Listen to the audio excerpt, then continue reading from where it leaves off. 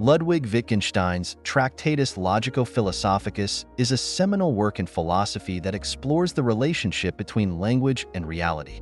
Written during World War I and published in 1921, the Tractatus aims to identify the limits of what can be said and to delineate the boundary between sense and nonsense in language.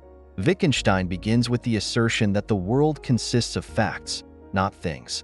A fact is defined as a state of affairs that exists in the world. These atomic facts are the simplest kinds of facts and cannot be broken down any further. The sum of these facts constitutes the reality we experience. A central idea in the Tractatus is the picture theory of language. Wittgenstein proposes that language functions by creating pictures of facts. These pictures share a form with the reality they depict, which allows them to represent states of affairs.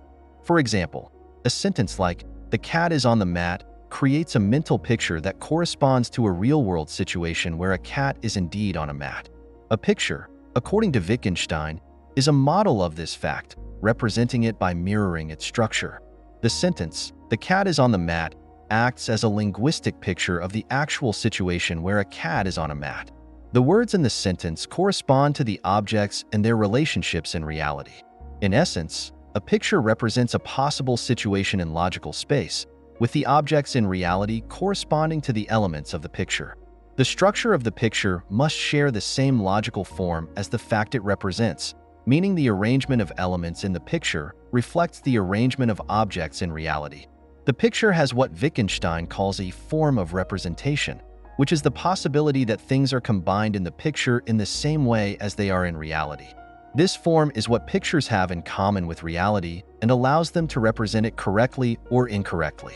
Every picture is a logical picture because it can depict the world by representing a possibility of the existence and non-existence of atomic facts. Atomic facts are the simplest kind of facts, involving a direct relationship between objects.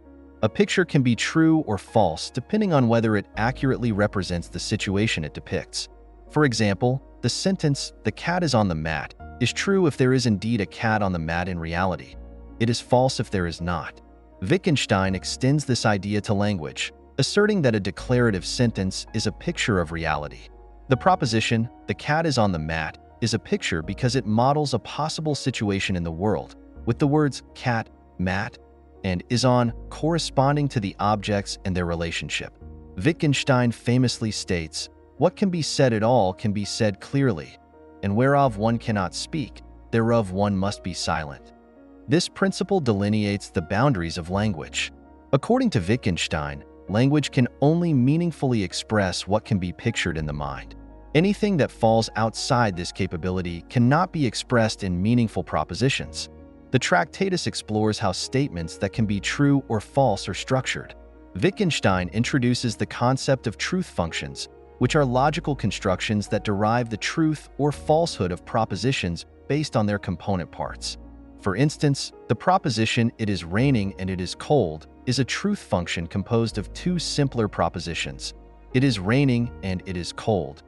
The combined proposition is true only if both components are true. Wittgenstein emphasizes that the logical form of a proposition must align with the structure of the reality it represents. This alignment ensures that language can meaningfully depict the world. The logical structure is intrinsic to both language and reality, enabling the former to mirror the latter. According to Wittgenstein, the primary task of philosophy is not to create new theories, but to clarify the use of language. Philosophy should resolve confusions by analyzing the logical structure of language, revealing where traditional philosophical problems arise from misunderstandings of linguistic logic.